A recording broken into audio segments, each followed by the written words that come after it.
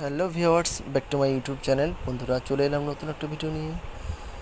আজ মোবাইল স্ক্রিনে ভেসে উঠছে যে রাস্তাটা দিয়ে যাচ্ছি আমি, সে রাস্তাটা নাম হচ্ছে NH-35 এবং যশোহর রোড, যেটা একটা আমাদের প্রতিবেশী রাষ্ট্র বাংলাদেশের সীমান্তে গিয়ে মিশেছে।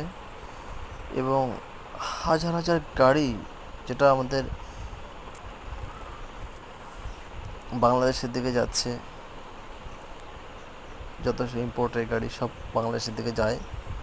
তো বাংলাদেশ থেকেও অনেক কিছু যখন আমাদের ইন্ডিয়াতে আসে, তো সেই রোডটা কিন্তু একটা সংযোগস্থল কিন্তু আমাদের এই গ্র্যান্ড ট্যাঙ্ক রোড বা যশোর রোড।